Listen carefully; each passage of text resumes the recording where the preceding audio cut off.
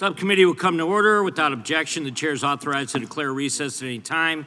We welcome everyone to today's hearing on bankruptcy law and potential legislative reforms. I will now recognize myself for an opening statement.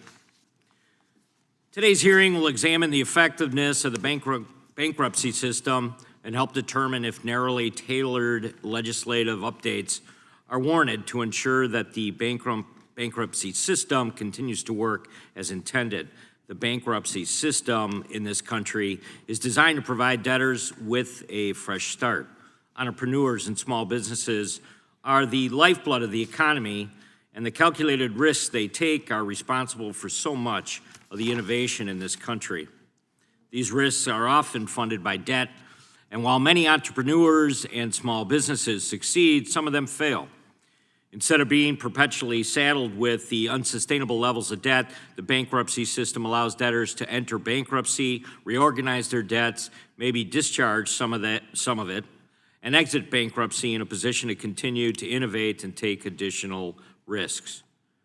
The same is true for consumers. Some consumers get themselves in an unsustainable financial position, and the bankruptcy system throws them a lifeline. But while bankruptcy can greatly benefit debtors, creditors are also entitled to repayment. Therefore, the bankruptcy system must strike a balance between preserving the rights of creditors to receive repayment and the opportunity for debtors to start fresh. We have proposals before this committee that will change how the bankruptcy system works in the future, and nearly 30 temporary bankruptcy judgeships will begin expiring in 2026. And while judges will not be kicked out of their seats, certainly, new judges cannot be appointed when a judge's term expires. We must determine whether those judgeships remain necessary, and we will hear testimony from 2 sitting bankruptcy judges to help inform our decision.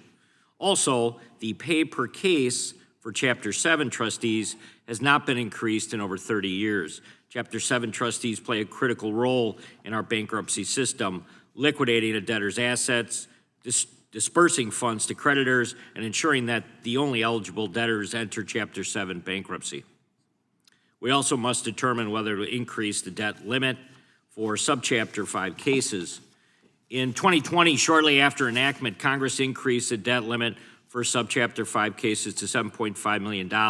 Last July, this increased debt limit expired and reverted to around $3 million.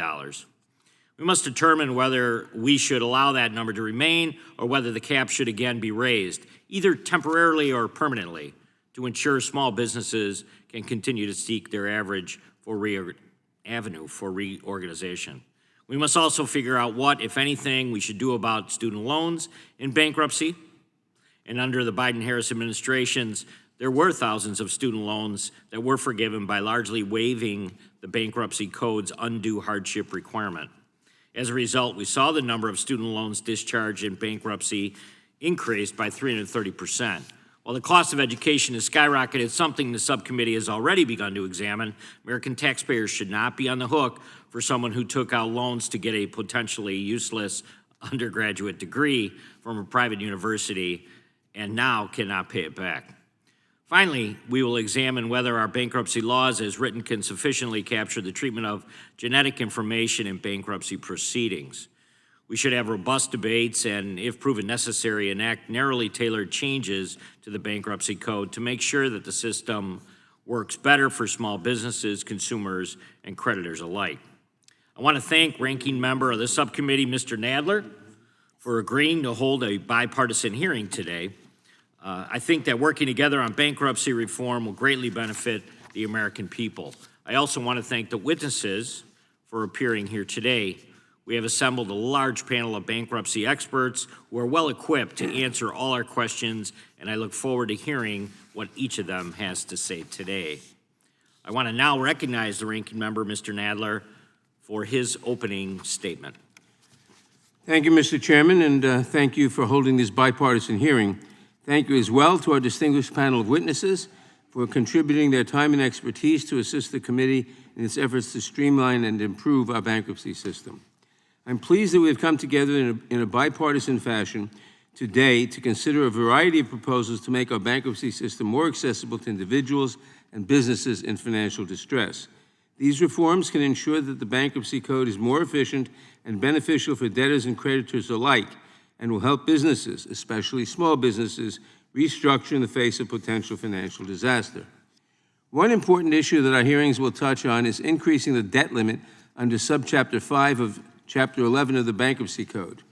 In 2020, eligibility for Subchapter 5 bankruptcy treatment was temporarily increased to $7.5 million from approximately $3 million, allowing a significantly greater number of businesses to access relief under this part of the code, which generally provides debtors an efficient and successful restructuring plan. Unfortunately, this provision was allowed to lapse in June of last year. Data shows that the debt limit increase was a clear success.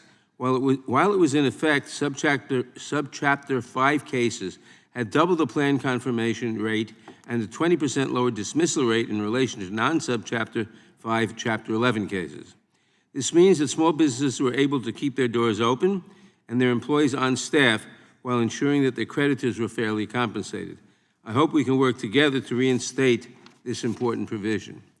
Congress similarly passed a temporary debt limit increase for Chapter 13 filings, allowing for combined unsecured and secured debt of $2.75 million. Chapter 13 bankruptcy is the best path for many filers because it's less expensive and more efficient than pursuing relief under Chapter 11. Unfortunately, although this provision proved to be successful, it also expired last year and has not been renewed. Now, debtors must meet significantly lower levels of both unsecured and secured debt, leaving many people without access to the courts and needed relief. Resurrecting the higher Chapter 13 debt limit would serve individuals and families with regular income who are facing higher housing prices, medical costs, and other debts that present significant financial hardship, yet put them over the current debt limit. In addition to facing higher prices, Americans are also facing mountains of student loan debt. Under the Bankruptcy Code, however, unlike nearly every other unsecured debt, such as credit cards or auto loans, it is nearly impossible to discharge student loans, leaving millions of Americans deeply in debt with little hope of ever regaining financial security. Nearly 43 million Americans have federal student loan debt, with the total federal student loan portfolio exceeding $1.6 billion. Under current law, educational debt can only be discharged in bankruptcy if the borrower demonstrates that continued repayment of the debt would impose an, quote, undue hardship on the debtor and the debtor's dependents. In practice, this standard has proven a nearly impossible hurdle to overcome in the courts. There is no reason that this one category of debt should be singled out for special treatment that makes relief under the Bankruptcy Code virtually impossible. It is long past time to repeal the current limitation on educational debt and to place it on the same footing as other similar debt. While the picture of student loan debtors is traditionally of young, recent college graduates, the reality is that a significant population of student loan debtors are older Americans whose wages and Social Security checks are being garnished toward loans that they will never be able to repay. Student loan bankruptcy reform, therefore, would benefit a wide swath of Americans, including the most vulnerable borrowers in our society who have no prospect of being able to repay their debts incurred decades ago. Finally, we will consider reforms to compensation of attorneys and trustees in Chapter 7 cases, which would expand access to justice for low-income debtors. Chapter 7 is a critical lifeline for low-income individuals in the most severe financial distress, offering the most direct and immediate path to a fresh start. It eliminates unsecured debts without the burden of a multi-year repayment plan, and its streamlined structure makes it the only viable option for many households facing wage garnishment, utility shutoffs, or eviction. Yet the current framework makes it exceedingly difficult for those same individuals to access legal counsel. Chapter 7 debtors with attorneys are 9 times more likely to obtain a discharge than those without representation. As a result of a clerical error in the law, however, attorneys representing Chapter 7 debtors are generally ineligible for compensation from the bankruptcy estate unless formally retained by the trustee. Therefore, most debtors seeking a Chapter 7 pathway have to pay for their representation upfront and in full, despite their being insolvent, which either pushes them to the less efficient Chapter 13 or forces them to continue without representation. I hope that our witnesses will help us examine solutions to this problem. A similar access to justice issue arises with respect to trustee compensation. Under current law, trustees appointed by the courts to administer a Chapter 7 bankruptcy are paid just $60 per case. Additional compensation comes only when the case involves liquidation of assets, which happens only rarely in Chapter 7 cases. A fee of just $60 is clearly inadequate to compensate trustees for a role that requires them to review filings, conduct meetings with creditors, and identify potential circumstances of abuse or fraud. This results in experienced trustees not being able to afford to take on no-asset cases or being unwilling to invest their time in complex cases that would require their knowledge and expertise. We must work to increase this fee to ensure that debtors have the assistance they need to navigate the complicated world of bankruptcy proceedings. Today's hearing is an opportunity to discuss bipartisan paths forward to increasing access and opportunity provided to Americans under the bankruptcy system. I thank the chairman for holding this important hearing. I look forward to the testimony from our distinguished panel of witnesses, and I yield back the balance of my time.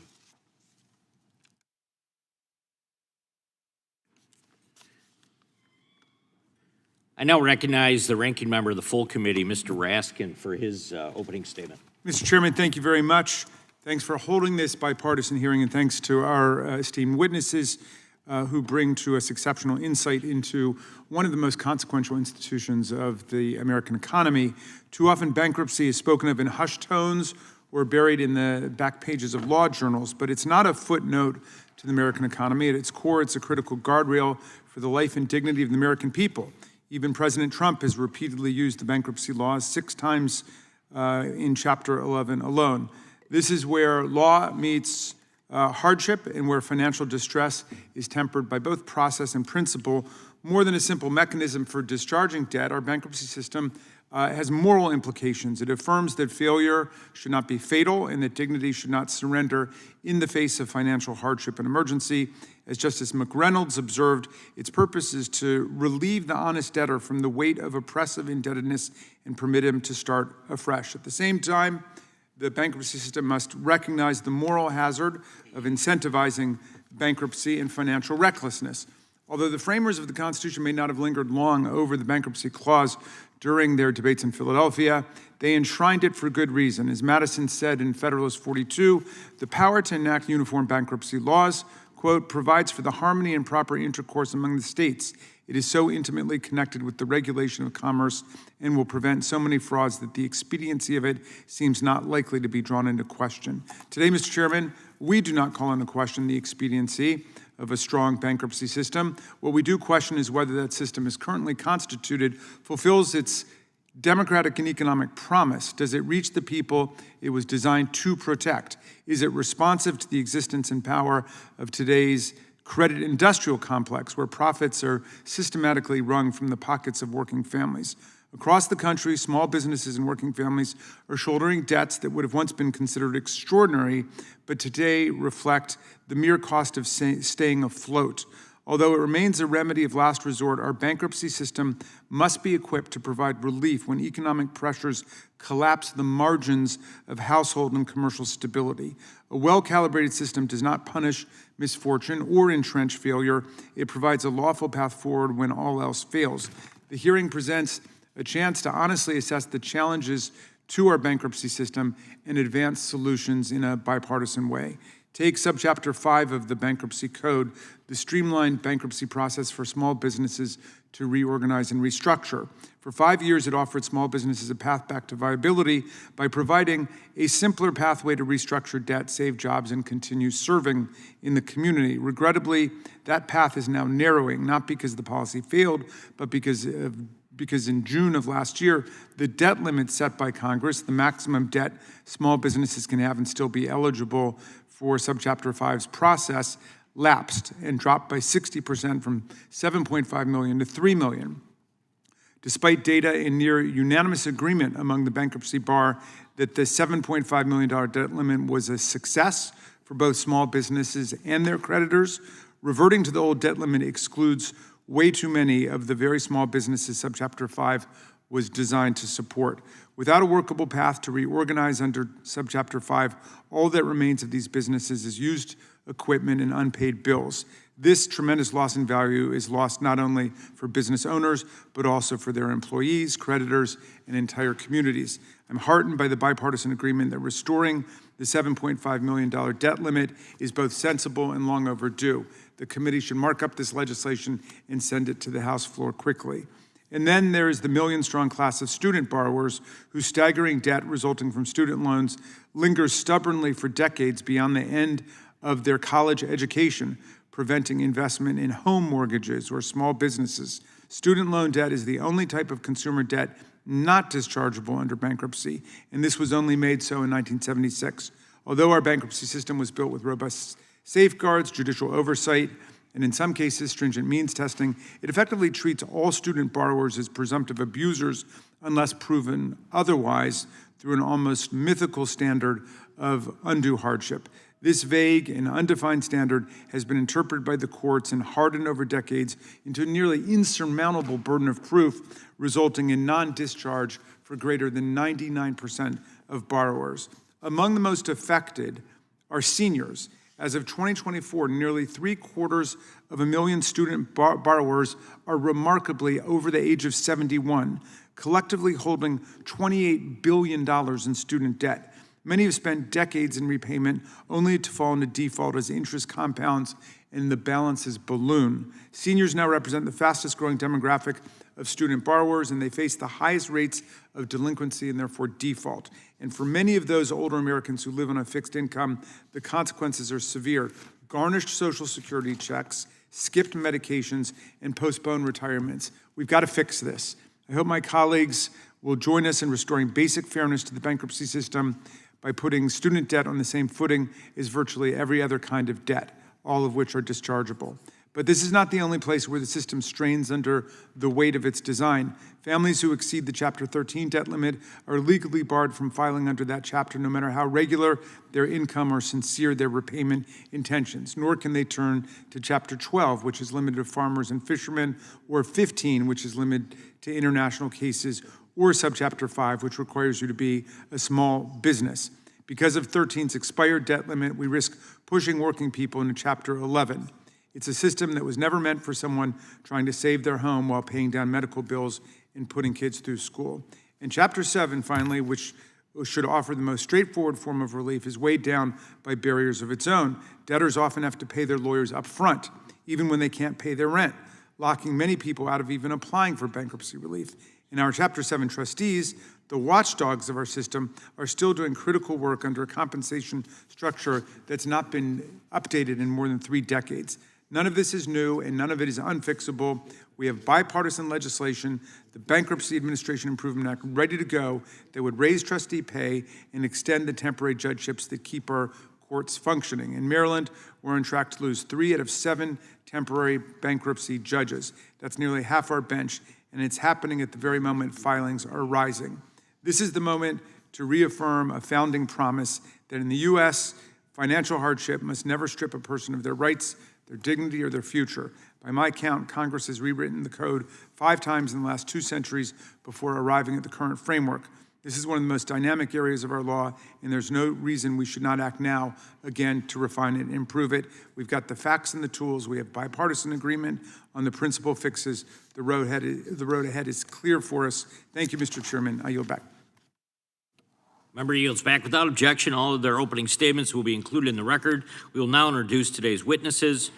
Professor Douglas Baird. Mr. Baird is the Harry A. Bigelow Distinguished Service Professor of Law at the University of Chicago Law School. He joined the University of Chicago Law School faculty in 1980, served as dean between 1994 and 1999, and has served as a visiting professor at the Law School of Stanford, Harvard, and Yale. Professor Baird has authored more than a dozen books on bankruptcy and commercial and debtor-creditor law. The Honorable Paul Black. Judge Black has served as United States bankruptcy judge for the Western District of Virginia since 2014. He currently serves as chief judge of that court. Prior to joining the bench, Judge Black was also the co-chair of the Bankruptcy and Creditor Rights Practice Group at Spillman, Thomas & Battle.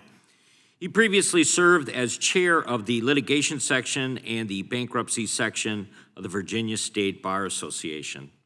the Honorable Michelle Harner. Judge Harner has served as a United States bankruptcy judge for the District of Maryland since 2017. She previously served as the Francis King Carey Professor of Law at the University of Maryland Francis King Carey School of Law, where she taught course on bankruptcy and creditors' rights, also business associations, business planning, and corporate finance. Judge Harner has served in various roles with the American Bankruptcy Institute, the Administrative Office of the United States Courts, and is the editor-in-chief of the American Bankruptcy Law Journal.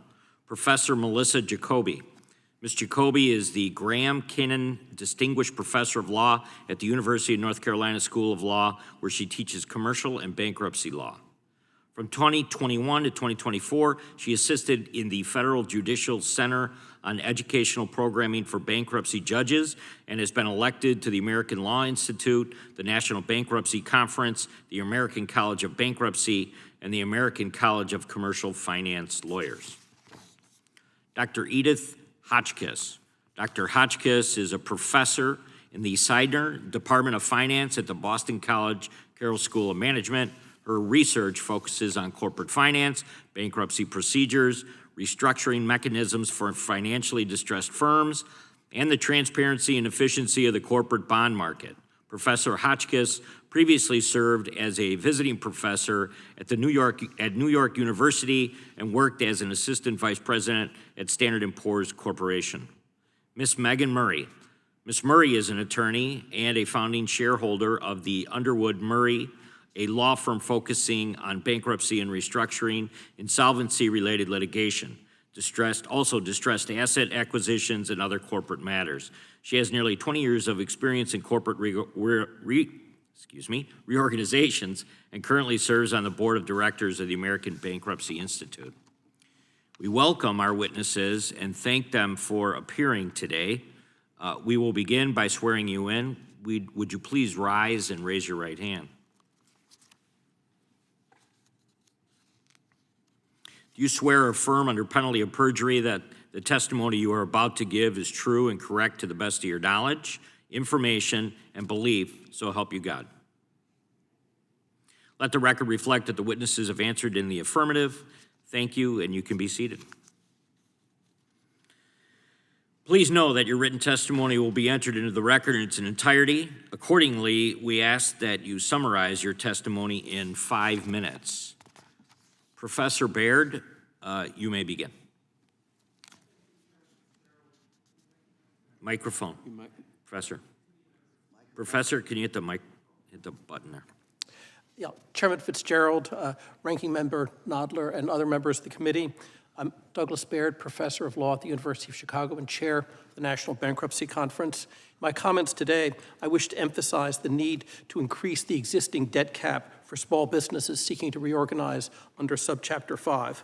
Subchapter 5 has been an unequivocal success in providing a more streamlined and less costly means of resolving financial distress for small businesses. It has fulfilled the goals of the bipartisan legislation enacted in 2019. A small business regime, like Subchapter 5, must distinguish those businesses which are eligible. Some sort of line needs to be drawn between large businesses and small businesses. This requires figuring out what we mean by small business and how to establish that line. I think the simplest way to think about a small business is it's that type of business whose continued existence depends upon the current owners remaining in place. These are businesses like a mom-and-pop restaurant whose value cannot be separated from those who own and run it any more than people can be separated from their shadows. A mom-and-pop restaurant without mom-and-pop is just used kitchen equipment. What is perhaps less appreciated is the businesses that depend upon their owner-managers are often quite substantial. These businesses can carry debt that easily exceeds the $3.5 million Subchapter 5 debt cap. Just to give some examples, a decent-sized restaurant or brew pub can easily cost several $1 million just to build and equip. A single unforeseen setback, such as a catastrophic storm or an outbreak of foodborne illness, can sink the entire enterprise. To give another example, a general contractor often enters into a web of contracts that exposes it to multi-million-dollar liabilities if things go wrong in building a large structure. Even a single subcontractor can make a costly mistake, fail, and leave the general contractor responsible for fixing the mess. The owner of a small manufacturing operation might have a plant with equipment that itself costs multiple millions. When such a manufacturer goes through a run of bad luck, it can face substantial mortgage obligations, environmental and tax liabilities, and unpaid bills from suppliers. Another example, personal service firms such as medical practices or small law firms can have substantial debt and reverses that leave them unexpectedly without the revenues that were reasonably anticipated. Without the ability to reorganize under Chapter 5, all these firms will likely face liquidation, an outcome that will yield little, if anything, to general creditors, landlords, trade creditors, or employees. Subchapter 5 is good for debtors, but it's also good for creditors. Many businesses eligible for relief under Subchapter 5 are similar to family farms that are permitted to reorganize under Chapter 12. The Chapter 12 debt limit is $12.5 million. It's hard to identify a principled reason for the Subchapter 5 debt limit to be only a small fraction of the one for Chapter 12. Subchapter 5 is a relatively new statute, and in any such statutory regime, it may require some adjustment as cases reveal imperfections, uncertainties, or abuses in its operation. Nothing in our experience, however, suggests that increasing the debt cap would itself be a source of mischief. We believe that increasing the cap gives more small businesses for which it was intended a viable and highly reliable remedy. Now, I should also say there are other areas of bankruptcy and bankruptcy-adjacent reform where I think incremental reform is possible and would also enjoy broad support. These reforms include potentially changes to rules governing state insurance insolvencies. They also include technical corrections to Chapter 15. I think there are also possibilities to have a reorganization regime that allows a class of funded debt to be restructured without interfering with other classes. But again, these are all opportunities, and the National Bankruptcy Conference stands ready, as always, to help you here with these kinds of valuable incremental reforms that will improve our bankruptcy laws. Thank you very much. Thank you, Professor Baird. Judge Black, you may begin. Chairman Fitzgerald, Ranking Member Nadler, members of the subcommittee, I'm Paul Black, United States Bankruptcy Judge for the Western District of Virginia. Thank you for the opportunity to speak today. I went on the bench in January of 2014, and many of my cases are Chapter 13 repayment plans where debtors are trying to maintain their home, or Subchapter 5 cases where small business debtors are trying to save their businesses and keep their employees on the job. Part of my district is in Appalachia, and many of the debtors who appear before me have very limited income, including those on nothing but some form of Social Security. In the cases I see, where could Congress make an impact with new bankruptcy legislation? First, the Subchapter 5 debt limit. I will state for the record today that the Small Business Reorganization Act is one of the best pieces of legislation in the bankruptcy world in many years. Congress did a good thing. When the SBRA went into effect in February of 2020, the debt limit was approximately $2.7 million. The pandemic hit and it was increased to $7.5 million. The debt limit increase had a sunset and was extended through June 21st of 2024 when it reverted to its original limit adjusted for inflation. What a small business may be in Southwest Virginia, where I live, may be very different than what a small business may be in Denver or Chicago or New York, where the cost of living, property values, real estate taxes, and debt loads may be significantly higher. The $7.5 million debt limit was effective and appropriate. Businesses with debt up to this level simply struggle to afford the Chapter 11 process without the SBRA. The increased debt limit brings opportunity for small businesses to take advantage of the less costly and streamlined provisions of the Bankruptcy Code, enabling the debtors to more quickly get a plan confirmed and exit the court system, also maintain entrepreneurial value and keep employees on the job. The participation of the Subchapter 5 trustees has proven very effective in getting these cases to a consensual confirmation. Were these small business cases forced to go the route of a regular Chapter 11 case with its attendant increased costs and procedural steps, many would likely just fold the tent and go home. They just can't afford it. The SBRA works, and it works at the increased debt levels, so I encourage Congress to make the $7.5 million debt limit, which was so effective in operation, a permanent addition to the Bankruptcy Code. Second, the bifurcation of fees in Chapter 7 cases. This, to me, is an access to justice issue. The pro se debtor filing rate varies across the country. Some districts are significantly higher than others. One constant, however, is that pro se cases, which are ones which are filed without the assistance of counsel, they often struggle. They also top the clerk's office staff, which when we are in difficult budget times and the clerk's offices are being asked to do more with less. Why is this a problem? Chapter 7 debtors often have difficulty coming up with a lump sum attorney's fee necessary to pay counsel to file a liquidating Chapter 7 bankruptcy case. In a Chapter 13 plan, debtors can and often do pay their fees over time. Some debtors simply should not be in those cases for no other reason than to pay their attorney's fees. The Supreme Court has held that a Chapter 7 attorney's fees cannot be treated as an administrative expense, meaning that the debtor's attorney cannot be prioritized ahead of other creditors. Further, several circuits have held that a pre-petition agreement to pay attorney's fees is subject to the automatic stay, and any fee still owed post-filing is subject to discharge. What would help Chapter 7 debtors to more readily obtain counsel as opposed to filing without counsel or going into an unnecessary Chapter 13 plan? Allow them to bifurcate their fees and pay some portion before filing and some portion afterwards. I've set forth in my written statement proposed ways to do that. We want to encourage counsel to take these cases by allowing them to get paid with court oversight to prevent overreaching, which would benefit the entire system. Third, Chapter 7 trustees' fees. The last no-asset fee increase for a Chapter 7 trustees received was in 1994 from $45 to $60. The responsibilities of trustees has increased substantially over this period, especially since the adoption of BAPSIPA in 2005. Pending before the House is H.R. 3867, the Bankruptcy Administration Improvement Act of 2025, which has bipartisan support to date. It has a Senate counterpart also with bipartisan support.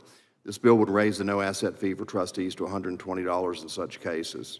The Chapter 7 trustees are the boots on the ground that make the system work. The bill has a funding mechanism built in to pay for these fees by raising the fees in certain Chapter 11 cases by 0.03%, and would also extend certain temporary judgeships already in place around the country, including some that have looming expirations. I'm also concerned about the aging of the Chapter 7 trustee panels around the country, a common concern I hear from many of the colleagues at the bench at national meetings. We need to encourage younger bankruptcy practitioners to be willing to serve on these panels, but it needs to be financially viable for them to do so. Thank you for your time, and I welcome your questions on the matters discussed. Thank you, Judge Black. Judge Harner. Chairman Fitzgerald, Ranking Member Nadler, members of the subcommittee. Good morning. My name is Michelle Harner, and I am a United States bankruptcy judge for the District of Maryland. I am honored to be here this morning to share information and data with you concerning the U.S. bankruptcy system. I'm in a unique position to do that because I've been a partner at the law firm of Jones Day, representing both debtors and creditors in bankruptcy. I've been a law professor at 2 different law schools, and I am now a bankruptcy judge. I should say I am here in my individual capacity, and I do not speak for the United States Judicial Council, the Administrative Office of the United States Courts, or any other individual or organization. With my allotted time, I would like to do 3 things. First, I want to talk about Subchapter 5, next, Chapter 13 cases, and finally, student loan debt. Before doing so, however, I want to underscore the basic fact that every year, hundreds of thousands of Americans, whether as an individual debtor, a business debtor, or a creditor, use the United States Bankruptcy Code that this Congress has enacted to address issues stemming from financial distress. It's not perfect. We probably could do things better, but during our conversation today, I do not want us to lose sight of the fact that the Bankruptcy Code helps everyday Americans.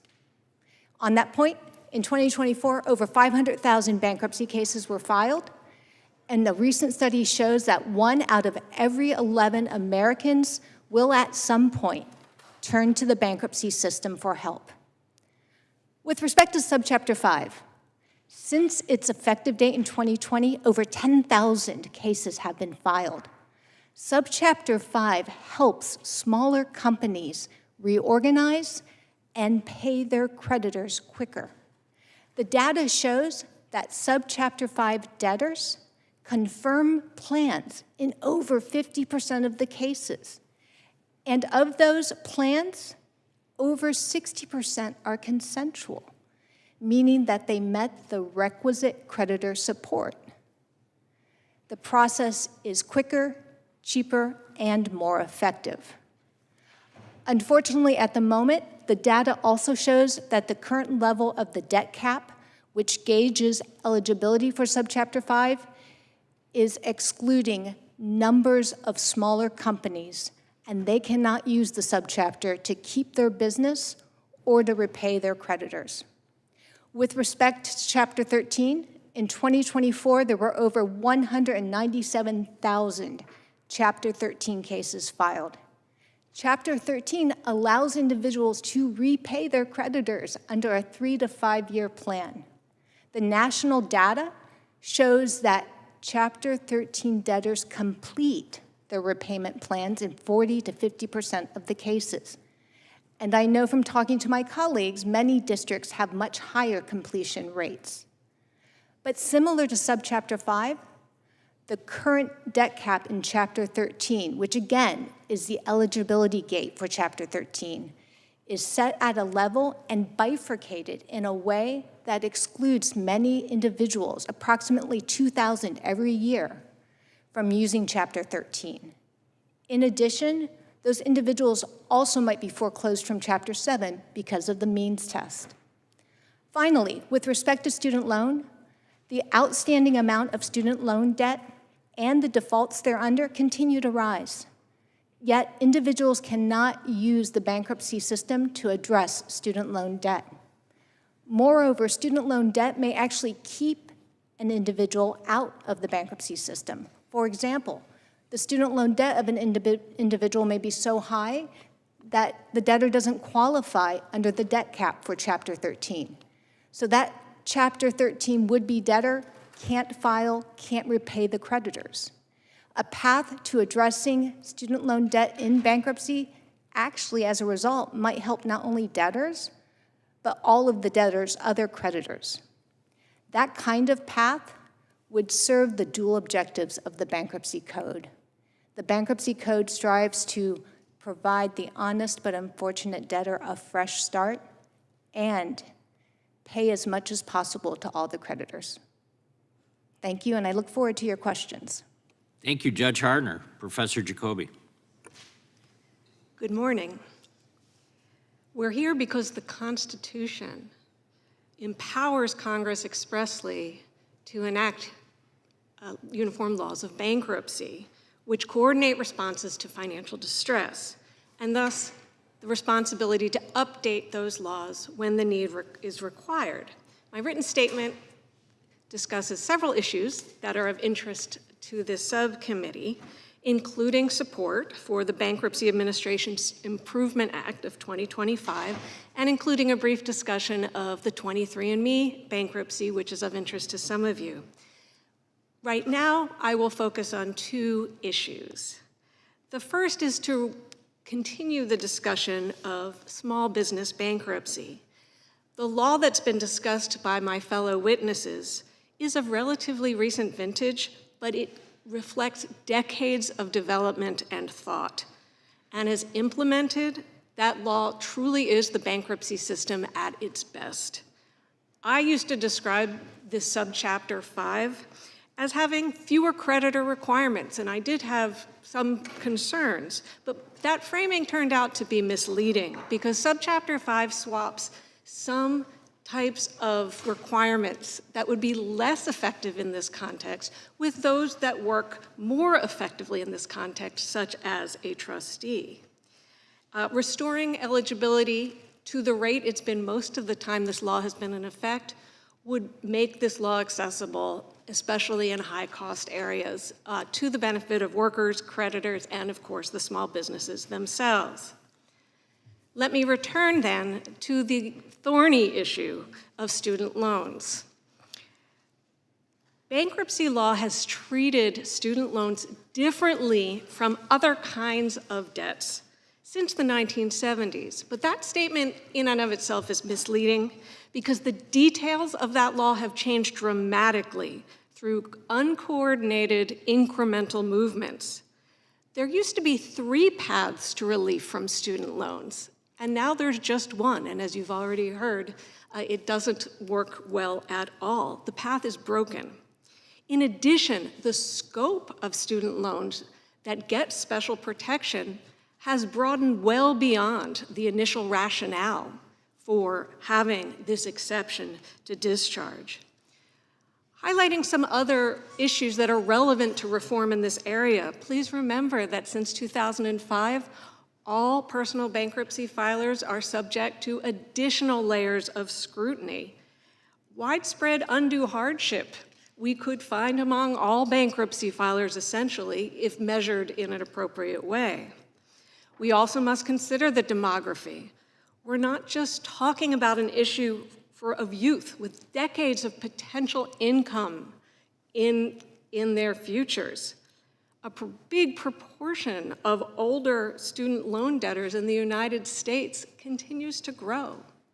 And that really affects the kinds of tools you would want to think about in developing further a rational student loan policy in bankruptcy. In the 1990s, I worked on bankruptcy policy with former Representative Caldwell Butler. He's a Republican from Roanoke, Virginia. And the law around student loans was more forgiving then than it was now.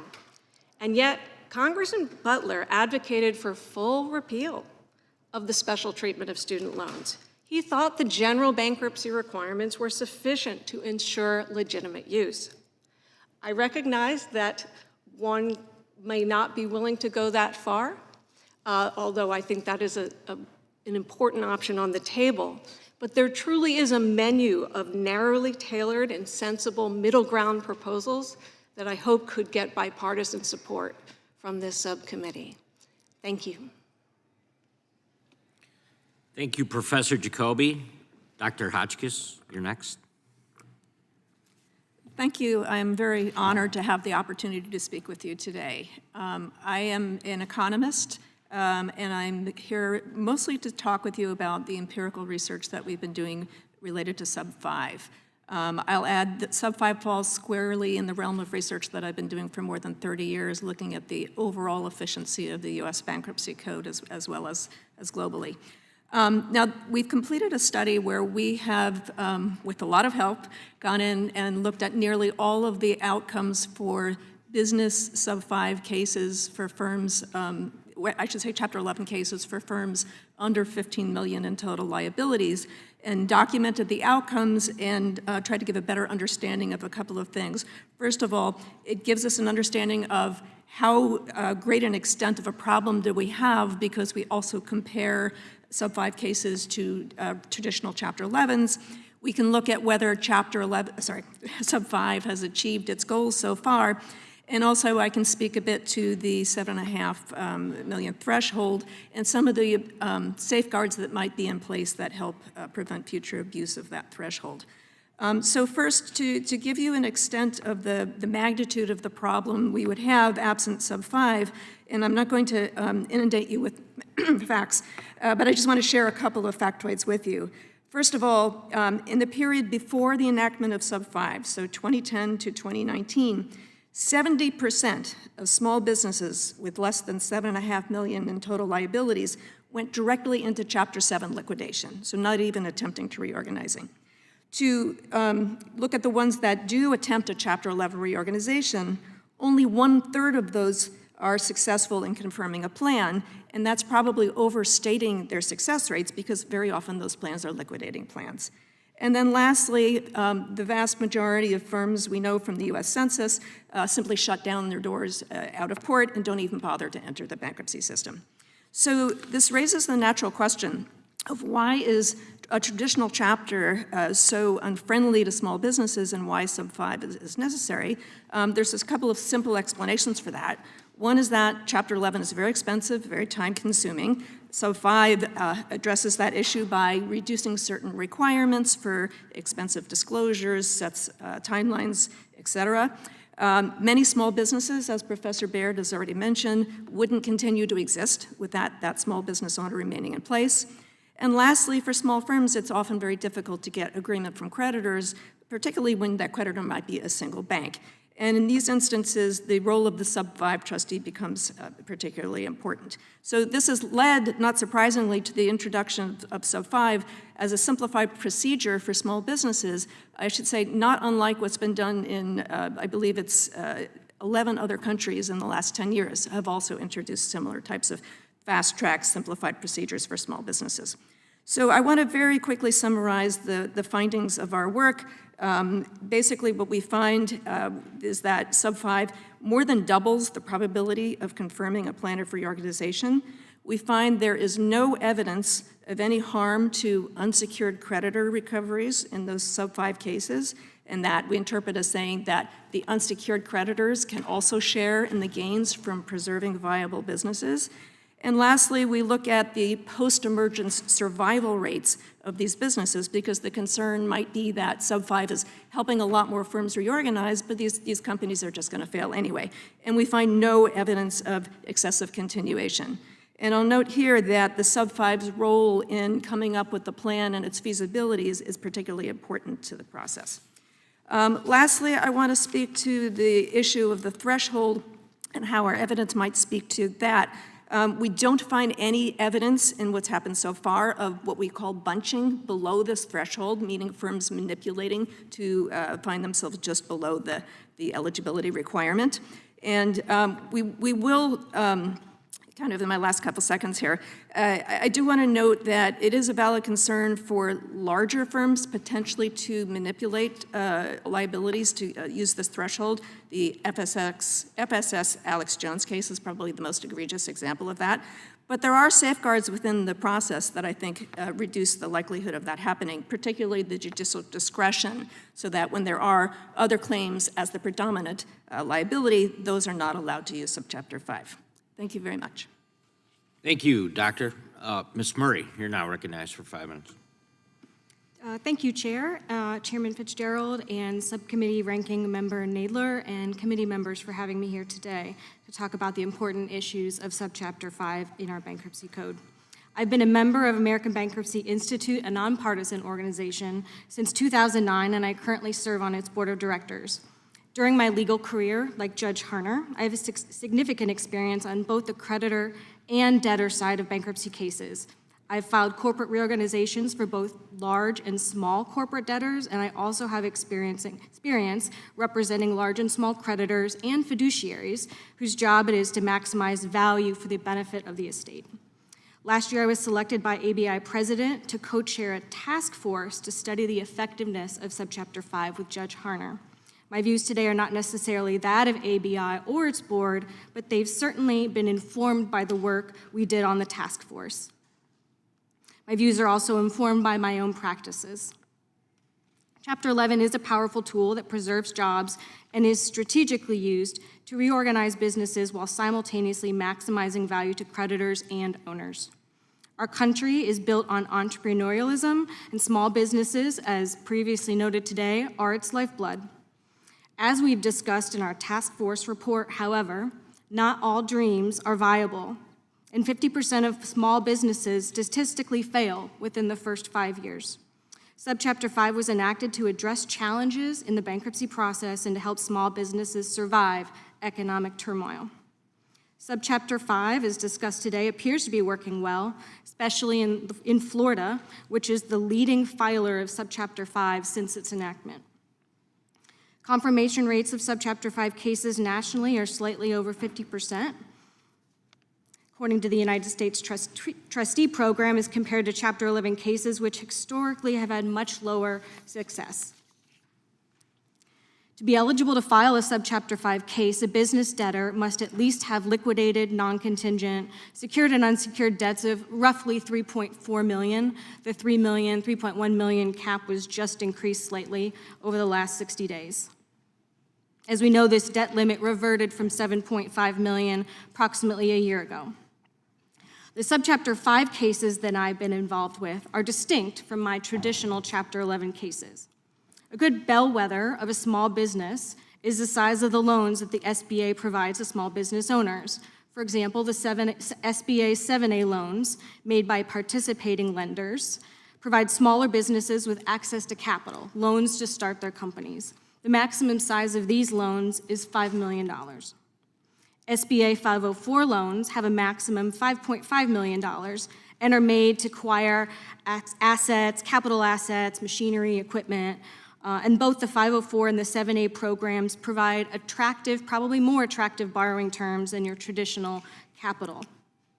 Most businesses, small businesses, also at least have one other form of debt, including idle loans, bank loans, maybe debt consolidation loans, and most likely friends and family. The combination of SBA loans of up to $3.4 million, together with a secondary source of capital, demonstrate why the current $3.4 million limit is just too low for small businesses. The addition of trade debt on top of that, due to inflation, really pushes small businesses over the limit. Yes, there are a few high-profile cases that have raised concerns of abuse. However, the checks and balances in our system, from judges to trustees to creditors, minimize abuse or unintended consequences. I'm also aware that unsecured creditors have concerns with increasing the sub-5 limits, and it is undisputed that Subchapter 5 shifts the dynamic for unsecured creditors due to the requirements at confirmation. In my experience, however, bankruptcy courts recognize this balance of power and take it seriously. Debtors seeking protection under Subchapter 5 must follow strict guidelines and deadlines. One judge has appropriately noted that the SBRA provides qualifying debtors with the opportunity to use this new powerful tool to reorganize and save its business, but it must do so quickly. In addition to shortened deadlines, creditors have other protections, including the best interest of creditors test, feasibility requirements, and others. In Florida, where I practice, Sub-5 trustees also utilize their professional skills to ensure debtors' operations match their plan projections. Aspirational plans without support are not likely to be confirmed. I'm here today prepared to discuss the leverage that creditors have in Subchapter 5 cases, which I think is sufficient to support an increase in the debt limits. Subchapter 5 was enacted to give small businesses a fresh start and appears to be working. Increasing the debt limits back to $7.5 million would give more Main Street businesses a reasonable opportunity to reorganize in difficult circumstances. Thank you for your time, and I welcome your questions. Thank you, Ms. Murray. We'll now proceed under the 5-minute rule with questions. I'm going to recognize myself for the first set of questions. Professor Baird, as you mentioned in your opening statement, the Federal Priority Act allows receivers in state insurance insolvency cases to be held personally liable if the receiver disperses funds without repaying the federal government first. Bankruptcy cases are specifically exempt from the Federal Priority Act, but the Bankruptcy Code has the procedural protections to ensure the government is repaid. But I guess what we're seeing is the same is not true of insurance insolvency cases, which are largely handled under state law. If we're considering legislation to limit liability for state insurance receivers, what types of procedural safeguards should be in place so that the government does not get skipped over or becoming the first in line when attempting to collect on its claims? The thing to remember here is that the absence of the kinds of rules we have in bankruptcy for state insurance insolvencies is not a deliberate congressional decision, but rather is an artifact of the way the law has evolved over time. The Federal Priority Act was established first in 1797, and in bankruptcy we've realized that we need to have procedures. Having procedures for state insurance insolvencies would make sense. What you need to make sure of is the government is notified of the state insurance receivership and knows about the procedure, but it's also reasonable that once the government is notified that it has a certain clock that starts to tick, because unless you have clear procedures, you're not going to be in a world in which receivers will feel confident that they can dispense assets and not expose themselves to personal liability. So again, the easiest, to answer your question directly, the easiest thing to do is simply ensure that there is proper notification to the government and that the technical rules are satisfied. But this shouldn't be a terribly difficult problem. Thank you. Judge Harner, I'm going to skip around a little bit, but you discussed undue hardship test in your opening statement, and I wanted to focus a little bit on the student loans. So It's been noted that relatively few student loans are discharged in bankruptcy. During your time on the bench, has there been any times when debtors satisfied the undue hardship test, such as that you've ordered discharge under the student loans? So it's a great question, Chairman.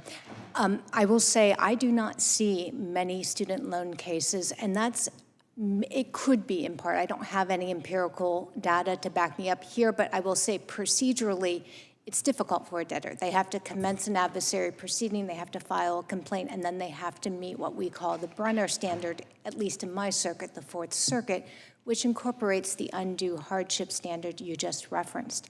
I have had one opportunity where I had a 67-year-old woman who had incurred over $500,000 of student loan debt in the hopes of becoming a business executive. She was trying to repay. She was never going to be able to repay that entire amount. Doing the analysis based on the facts that she, representing herself as a pro se debtor, put into evidence, I was able to grant a partial discharge of some of her student loan debt, which was not appealed by the student loan lender, but I could not find under the Brenner standard, even in that situation with an older individual who had only limited time left to work to try to repay her debt, the ability to grant a full discharge. Thank you. Judge Black, there have been some claims that medium-sized, well-capitalized businesses or small subsidiaries of larger businesses have been using Subchapter 5 to circumvent the creditor protections associated with general Chapter 11 cases. Have you seen any type of behavior that would, in your courtroom, that would suggest that this is actually happening? No, I really haven't in my court. I've had, some cases that may look right out of the gate like a single asset real estate case that probably shouldn't be there. But I have not seen any type of, manipulation of insider debt or anything of that nature in the Western District of Virginia that would present itself in the cases that I see. I think the cases that have been presented to me have all been well-suited for Subchapter 5. And again, as Judge Harner and some of the other witnesses have pointed out, if there are cases that come before us, we have the ability to prevent shenanigans, for the lack of a better description. We've got the ability to appoint a creditors committee, different avenues are available for the Subchapter 5 trustee to have a different allocation of powers to investigate the debtor's business. So in the cases where I am in Southwest Virginia, I'm not seeing that. Thank you. I'd yield back and recognize the ranking member Nadler for his 5 minutes. Thank you, Mr. Chairman. As I noted in my opening statement, student loans are the only kind of unsecured debt that consumers cannot discharge in our current bankruptcy system. Although we generally imagine a young person when we consider tackling the issue of student loan debt, this issue affects people of all ages, and increasingly it's our senior citizens with loans going back many decades who are shouldering this non-dischargeable debt. Thanks to changes in the bankruptcy laws passed in 2005, to which I led the opposition, we now have a system in which debtors who are presumed to be too insolvent to pay medical or credit card debt must remain on the hook for their student loans.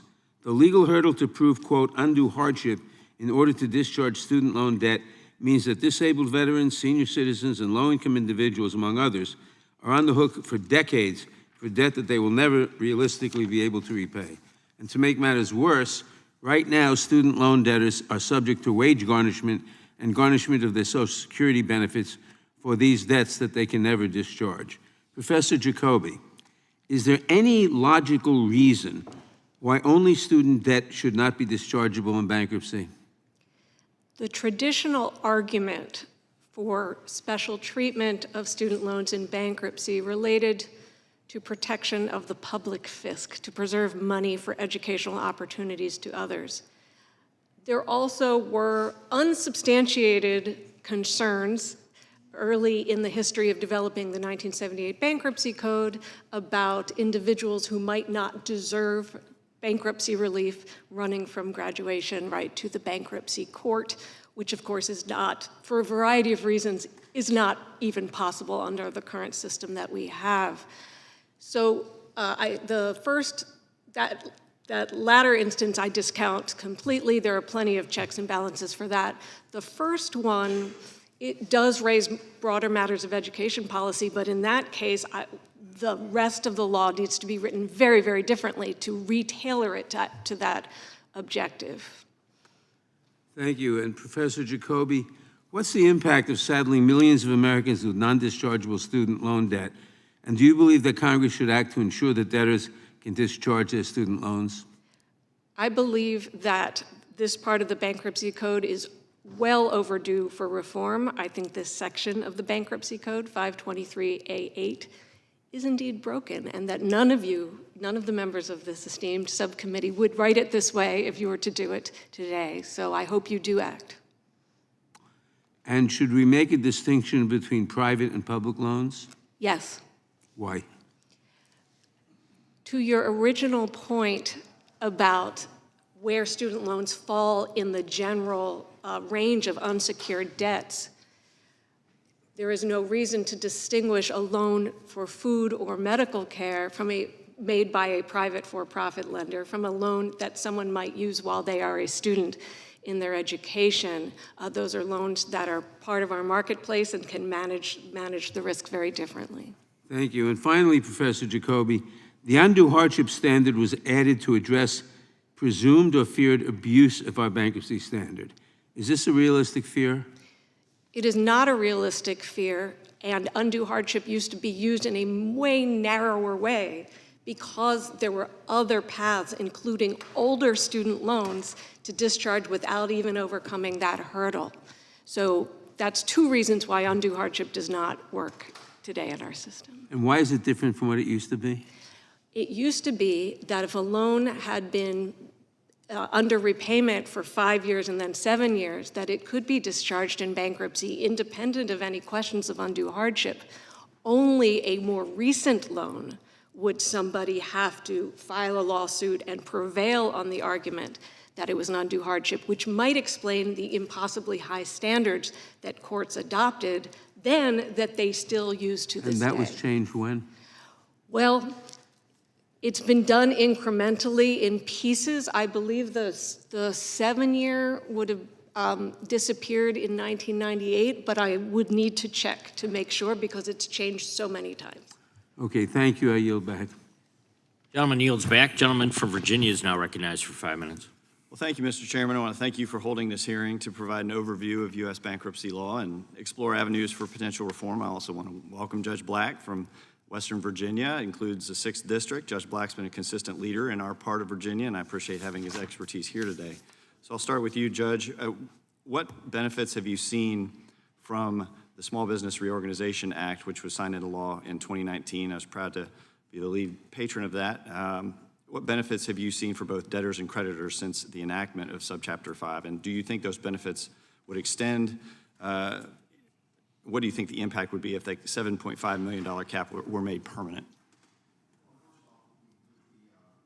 Thank you. With the increase of the debt limit, it would make more small businesses eligible, not only in Southwest Virginia, but across the country.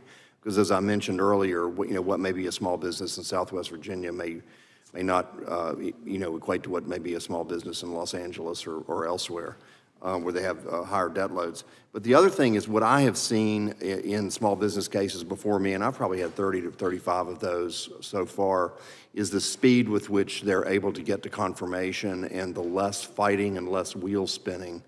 I've seen some cases, if they were in a traditional Chapter 11, they'd be on their 3rd or 4th amended disclosure statement, and we'd be 6 or 8 months into the case, and it's just not progressing.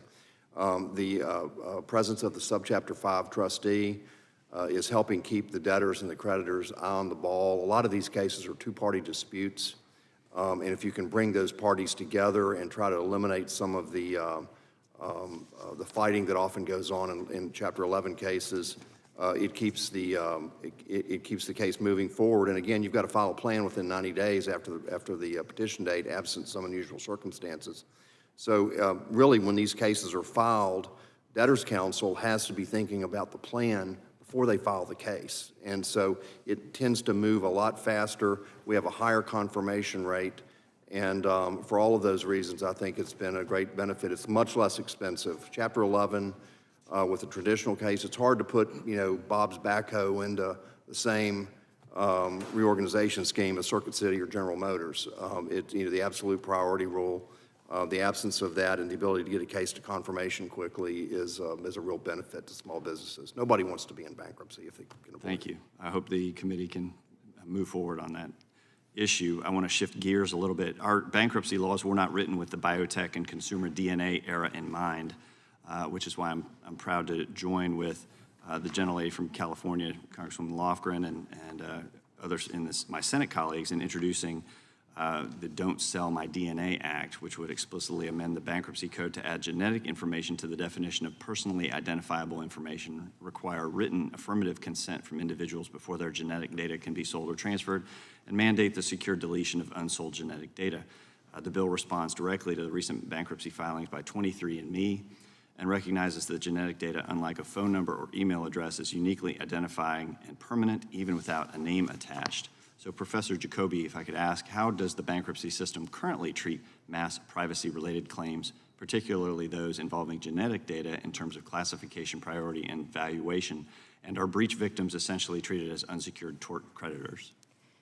Let me address your last question first. Yes, breach victims, those who experienced the major cybersecurity breach of 23andMe, are treated as general creditors. And in the 23andMe bankruptcy, which the central feature of which was selling the company to a third party, although a related third party as it turns out, the breach claimants will have to turn to any proceeds left in the pot after higher priority creditors get paid. In terms of the broader question that you asked, I will welcome further specific questions, but I would say generally there is a real issue. It needs to be made more clear that applicable non-bankruptcy law must apply here in the bankruptcy context, but also should apply outside of the bankruptcy context. Those should be the same protections in both places. Given how difficult reputational and identity-related damages are to quantify, should Congress or the courts reconsider how to account for these harms in bankruptcy proceedings, especially in light of the long-term consequences for consumers? Yes, and I think there is broader thinking to be done outside of bankruptcy in terms of some broader federal level protection. Thank you. Yield back. Gentleman yields back. Ranking Member Raskin is now recognized for 5 minutes. And thank you, Mr. Chair. I've got a question for all the witnesses. Do you think that the Subchapter 5 debt limit should be restored to $7.5 million from the current $3 million? And answer with yes or no if you can. Ms. Marie. Dr. Hotchkiss. Yes. Professor Jacoby. Yes. Judge Harner. Yes. Judge Black. Yes. And Professor Baird. Yes. Wonderful. I wonder if you can answer with the same admirable concision about whether you think student loan debt should be dischargeable. Ms. Murray. I'm actually going to decline to answer that one just because it's not part of my focus, my practice. Dr. Hotchkiss. As an economist, I'll also not answer that. Okay, Professor Jacoby. This section of the bankruptcy code should be at least reformed, if not repealed. Judge Harner. So I will echo Professor Jacoby's comment. The section needs to be revisited, and we need to rethink how we treat student loans in bankruptcy. Gotcha. Judge Black. I agree that the code section needs work. It's so expensive to come in and litigate a student loan case that we're just not seeing these cases being filed because they know they're probably not going to win. They're so hard to win and they're so hard to litigate, and it really shouldn't be that way. It just seems like an insurmountable climb. It is a very difficult climb. Yeah. Professor Baird. Yes, I agree. I think there's a balance between debtors and creditors, but in the case of student debt, we're at one end of the extreme, and the idea that essentially no student debt can be discharged, I think it can't be the right solution to the problem. Gotcha. Judge Harder, let me come to you because you're a Marylander. I got a couple questions for you.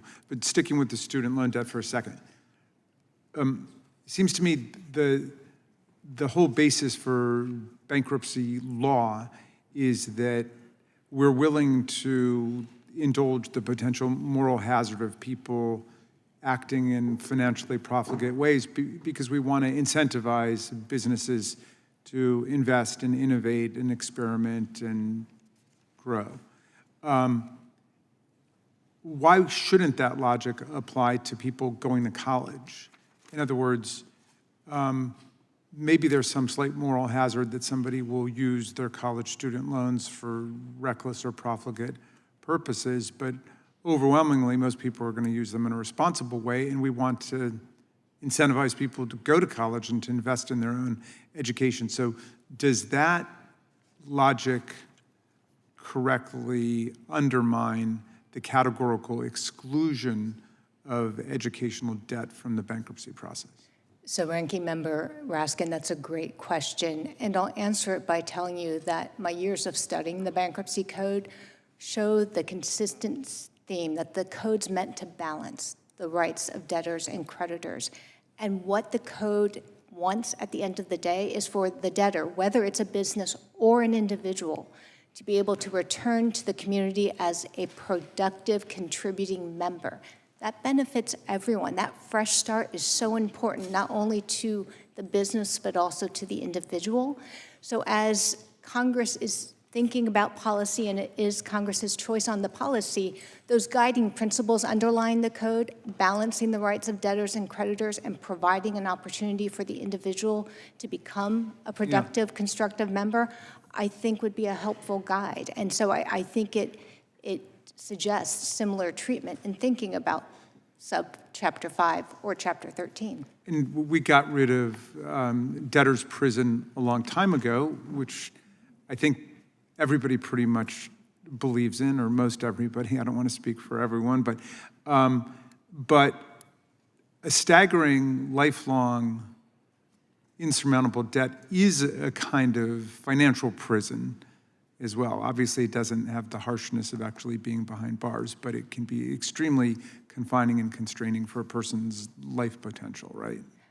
So again, Ranking Member Raskin, I think that's an insightful comment. I think the data, if you look at it closely, suggests that many people will die with student loan debt. They just cannot pay it back in their lifetime. And I want to underscore something that Professor Jacoby said. The bankruptcy code includes checks and balances, and at least I'll speak for myself, I do not want to see anyone abuse the bankruptcy system, whether it's a debtor or a creditor. Right. I want to preserve that system to help the people that deserve that fresh start and to make sure we can get as much money to creditors as we can through it. Great, and very quickly, we're about to lose half of the judgeships on the bankruptcy court in Maryland. What will that mean for us if we lose 3 or 4 temporary bankruptcy judges? So as you noted, in Maryland, we have 3 temporary seats. The preservation of the temporary seats, I think, simply comes down to maintaining flexibility and stability in the system. If those seats are needed, they can be filled to make sure we're providing the services needed in our community. And if they're not needed, they won't be filled, but they're there just in case. So stability and providing that kind of reassurance to the community, I think, is important. Thank you. I yield back, Mr. Chairman. Ranking Member yields back. We have conflicting hearings going on, as you could probably tell. So we're going to go to a gentleman from California at this point, Mr. Gray.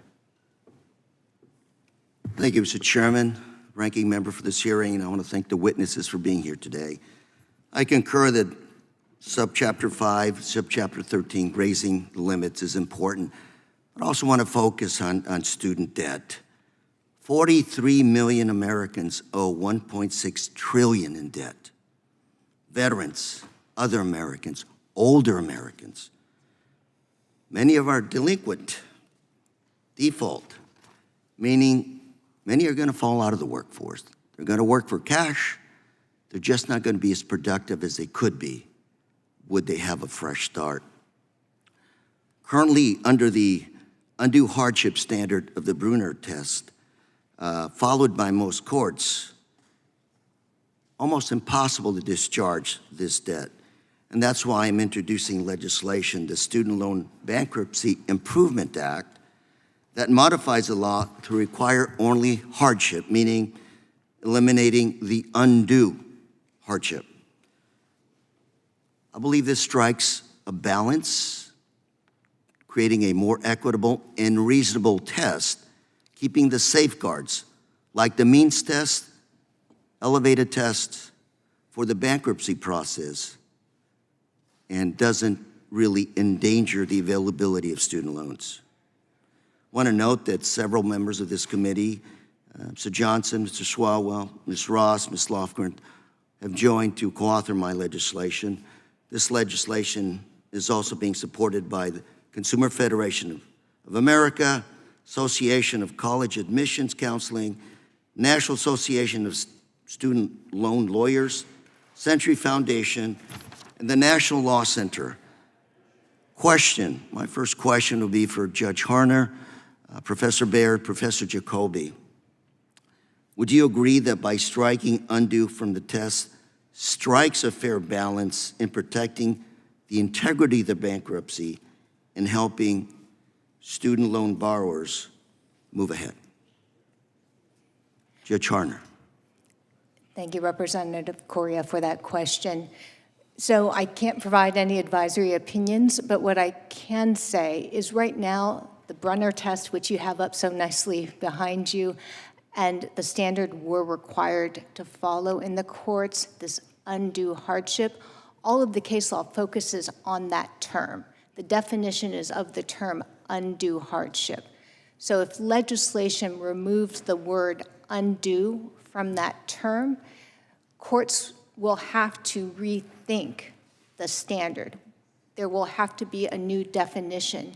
So it will reform student loan treatment in bankruptcy. I can't predict exactly how, but what I can say is I think courts would see it as a signal to rethink how student loan debts are treated, and it may provide the path that you were speaking of before. Professor Baird. I think it's an excellent approach. It's a surgical way to correct the problem of Brunner. Brunner was a mistake, but Brunner now binds all bankruptcy judges. Judge Harner and Judge Black don't have any choice. They're bound by circuit precedents. It was a mistake to have the Brunner test, which emerged, as Professor Jacoby said, under different circumstances. And this particular surgical approach, which essentially enables judges to press the reset button and reconsider how to strike the balance, I think is an excellent idea. Professor Jacoby.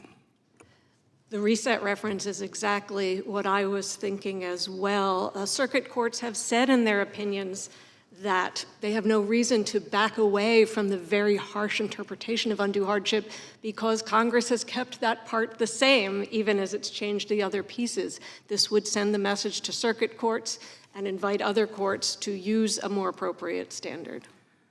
To everybody here, quick question in my 40 seconds left. Eliminating undue, would that essentially tilt the system in favor of the debtors? Professor Baird? No, the balance is so out of whack that this is just moving Judge in the right Black. direction. I don't think it would. I think it would provide the courts with a little more flexibility in how to address these issues, and it's a flexibility that we don't really have right now, given the Judge Harner? I agree with Judge Black. It would give flexibility. Professor Jacoby? Yes, and we have to remember this isn't just debtor versus creditor. It's what debts get paid when other ones do not. Dr. Hotchkiss, any thoughts?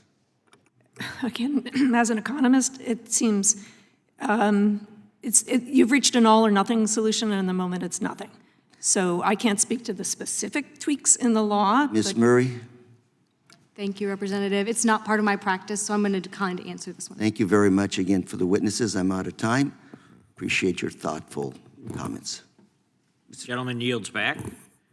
We now recognize a gentleman from California, Mr. Issa, for 5 minutes. I think we're going to pick up where we left off. Judge Harner, or actually Professor Jacoby, historically, when the private sector was doing college loans, the laws were in place to give them a assurance that they would not easily find themselves with no money as a result of bankruptcy, and that allowed for a given level of return on investment, but most importantly, a return of capital over time. We took it away from them, we put it in the government's hands. Since that time, the government has taken massive $100 billion plus losses. As we're looking at a change that liberalizes, under the Biden administration, liberalizes dramatically the ability not to pay it, how do we reconcile the fact that there was a mandate from Congress that it break even? Do we increase the interest rate, or do we continue subsidizing people who get a college education and then don't want to pay for it? I'd first observe that the existence of protection in bankruptcy is not what causes someone to pay or not pay. I think we're finding that many people are unable to pay either way. Well, but let me challenge that. Mm-hmm. The balance of undue and the ability to discharge, there's no question at all in any bankruptcy, the judge, any judge, has the ability to set up a schedule if you have the ability to pay, or a deferral until you do. So I'm going to challenge that and say, even if you can't discharge it now, you don't have to pay it now if you're unable to. Ultimately, the question is, should you eventually pay it? And we have had members of Congress making $174,000, by the way, who have never paid back their college loans. Is that fair? With respect, Congressman, skip the respect. I'm a congressman. I can take it. Great. Still with respect, I need to tweak the premise because judges almost never see the underlying details of these cases. There's a complicated procedure in addition to all of the disclosures for a financially distressed family makes in bankruptcy. They have to do a separate process for it ever to get before a judge. A judge does not have the opportunity under the law of this land to do what you're saying. Congress has a balancing act. Do we turn this back over to the private sector and allow them to dramatically increase the cost of student loans so that it pays for itself based on the events on the ground? Or do we continue simply writing multi-billion-dollar per year, $100 billion and more per year, taxpayer money to pay for people's education? Are we effectively turning the loan program into a Pell Grant? And the answer, of course, is if we don't make a change, we are. So is there anybody that disputes the fact that Congress does not want this to be a subsidized program, but it has become a subsidized program? So back to the bankruptcy, if Congress's intent was that you not be able to bankrupt out from underneath it, is the current balance in this undue harm, is it in fact out of whack based on the fundamental, Professor Baird, you look like you want to answer, the fundamental question, which was Congress said, this isn't something you bankrupt out from underneath because it's too important, and and we're not talking about people who had strokes the day they graduated from college. We're talking about people who didn't get a job or who have decided to do something that doesn't pay enough, and so they use the bankruptcy court to discharge and then at a later time make the money from their education off it. Professor? I think it's important to distinguish between the student loan problem, which is enormous, and the bankruptcy problem and the particular types of people who enter into bankruptcy. I think, unfortunately, many of the debtors we're talking about in bankruptcy, the money is uncollectible in the sense that interest actually builds up faster than they're able to pay it off, given these numbers. It's a difficult problem. Let me close with one quick question.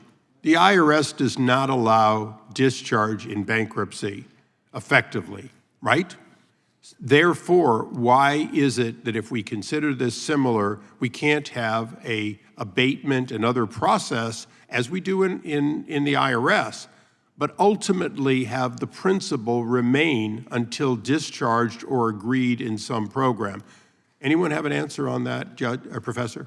I'd like to answer that. There was a time when an individual who completed a payment plan through a Chapter 13, at the end of that, would have some relief at the end. Congress eliminated that, and I don't think they gave that as much deliberation as you might today. So there is room for looking historically at the different levers and different pieces one can adjust in this system to move more in that direction. What we have now doesn't do any of those things that you're talking about. To be continued. Thank you, Chairman. Gentleman's time has expired. He yields back. Ranking Member Raskin is recognized for unanimous consent request. Thank you, Mr. Chairman. The first is May 2025 article titled Older Americans at Risk as Government Restarts Social Security Garnishment on Student Loan Debt. That's from PBS. And then a chapter from a report from the American Bankruptcy Institute's Commission on Consumer Bankruptcy entitled Effectuating the Fresh Start about student loan over-indebtedness. Same request from Mr. Correa. Thank you, Mr. Chairman. I have unanimous consent to introduce the following: a letter from National Consumer Law Center dated July 11th of this year in support of the Student Loan Bankruptcy Improvement Act. Letter from the National Association for Consumer Bankruptcy Attorneys, July 11th, in support of the Student Loan Bankruptcy Improvement Act. Senator DeBar Marina, 1 and 3 student loan borrowers, risk default as delinquency rates soar. Another one, U.S. Department of Education to begin federal student loan collections, other actions to help borrowers get back into repayment. And finally, credit scores decline for millions as U.S. student loan collections restart. Associated Press of this year. Without objection, the gentlewoman from Vermont is now recognized for 5 minutes. Thank you, Mr. Chair, and thank you to all the witnesses for taking time to come here today. And I'm really glad that we're here in a bipartisan hearing on an important and often overlooked subject under our subcommittee's jurisdiction. But before I get to the questions for the witnesses on bankruptcy, there is one thing that I feel like I must mention because it is harming consumers right now, and that's the Trump administration's assault on the Consumer Financial Protection Bureau. We're here to talk about legal protections for Americans who are in financial crisis. Bankruptcy can help people rebuild from crisis, and the CFPB helps prevent the crisis in the first place. It's one of the few government entities whose entire mission is to protect Americans from companies that rip them off, like banks, payday lenders, securities firms, for-profit colleges. And we cannot have a serious discussion about debt and bankruptcy if no one is enforcing consumer protections against the scams that drain Americans' bank accounts. So for nearly 6 months now, CFPB staff have been locked out by the Trump administration. They literally cannot do their jobs. 1,500 people are barred from doing their job of protecting and standing up for American consumers, except for the people who are working to drop enforcements and to cut financial protections. Trump is dismantling the agency before our very eyes, and Republicans are letting him do it. So I will move on to questions for the witnesses, but it's maddening. We can't forget that many personal bankruptcies can be prevented. Okay, we can talk about the law, but they can be prevented, and we can have a role in preventing it. But only if government is there to protect Americans from financial exploitation. That said, turning to the witnesses, I am deeply concerned that the recently passed Republican tax bill has taken a sledgehammer to many of the programs that help Americans before bankruptcy becomes their only option. Judge Harner, thank you for coming here today. Would it be fair to say that economic hardship increases the rates of bankruptcies?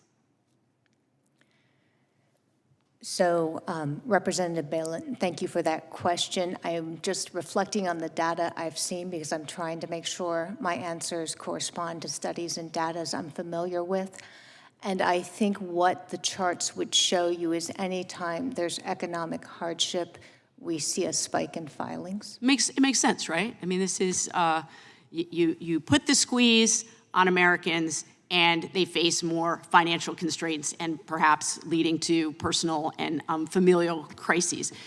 In your experience, Judge Harner, did courts see an increase in individual and business bankruptcies resulting from the COVID pandemic? We did not. You did not? We did not. Why do you think that is? I will say I think we expected to see one, but there were a number of factors that took place during that time that helped both businesses and individuals deal with the economic shock of COVID. So things like the moratorium on foreclosures, the moratorium on evictions, and other relief that was provided, I think is the reason we actually saw a decline in I really bankruptcy appreciate filings. that. I was in the state legislature when this happened, and certainly a lot of the infusion of money and protections at the federal level and things that we put in place at the state level helped. So I really appreciate that. Would you say that the bankruptcy court system is equipped to handle more bankruptcy cases right now? Yes. Is there a caveat? I was just reflecting on my comment to Ranking Member Raskin and the resources of the courts, and things like ensuring that the temporary judgeships are extended speak to that. So yes, we are equipped. We will do our jobs for the American people, but having support is always appreciated. Appreciate that. We have no doubt that you will do your jobs and that you are dedicated, committed people. In the time remaining, what is the most important policy recommendation regarding Subchapter 5, from your perspective? From my perspective, it's just to continue to recognize the subchapter is quicker, more effective, and is helping both companies and creditors, and that we should reflect on the right pool of companies that could utilize that subchapter, and the data shows that companies between the current debt cap of $3 million and $7.5 actually were using it even more effectively than the current pool of companies. Really appreciate it. I see that I'm out of time. I yield back. Gentlewoman yields back. Now recognize the gentleman from North Carolina for 5 minutes. Thank you, Mr. Chairman, and thanks to all of you on the panel for sharing with us your thoughts. I've been in and out to other hearings this morning, but enjoyed reading all of your written testimonies. I did have just a couple of questions that I wanted to kind of toss out, and I'll go to Judge Paul Black for this first one. When a debtor files for Chapter 7 bankruptcy, he's assigned a trustee to oversee the case. And these trustees, as we know, are attorneys, accountants, or other professionals who ensure that the debtor pays what they can. And currently, if I understand correctly, these trustees are only paid $60 per case. Judge Black, can you speak to the impact that these fees have on the recruitment of future Chapter 7 trustees? Yes, Congressman. Asset cases are what the Chapter 7 trustees hope to get, at some point to be able to administer assets and pay some portion of what they collect to the creditors that have filed claims in the case. But the reality is that the large majority of, if not a significant majority of the cases are what we call no asset cases. So the trustees are going to get $60 for the work that they do, and then they've got work to do like evaluating means test and reviewing tax returns, and they've got a lot of other paperwork that they have to do in conducting the 341 meeting of creditors, and it's quite a bit of work. But if all they're getting is $60, we're worried about recruiting some younger attorneys to come into this practice area. It's been fixed at $60 since 1994. In 1994, they got a $15 raise from $45 to $60 for a no asset case. In the meantime, inflation, the cost of doing business, just to keep the lights on, it's become an expensive process. We want to get younger folks that are young people to consider joining these panels. We have an aging Chapter 7 trustee bar across the country, and we need to get some young folks to come into this practice area. It's going to be hard for them to do that if they can't keep the lights on while they're waiting for an asset case. So would you encourage or recommend to us today that Congress increase the per case payments to Chapter 7 trustees, and what value do you think that could provide to that system? I think, yes, I would encourage you to do that. Judge Alan Stout from Louisville, Kentucky came before this committee in 2018, was encouraging Congress to do the same thing at that time, and it just hasn't changed. And in the meantime, the bar is getting older. We're getting fewer folks willing to get on these panels, and we think that it would be a real benefit to the system to encourage people to join the panels in that regard. Okay, well, thank you. Also, Judge Black, as of now, there are 29 temporary bankruptcy judgeships across the United States, and 2 of those 29 temporary judgeships are located in my home state of North Carolina. And as we all know, these temporary judgeships are set to expire beginning in January of 2026. Can you speak, Judge Black, to the effects of allowing these temporary judgeships to expire? And should Congress extend these judgeships or perhaps just make them permanent? Well, there are some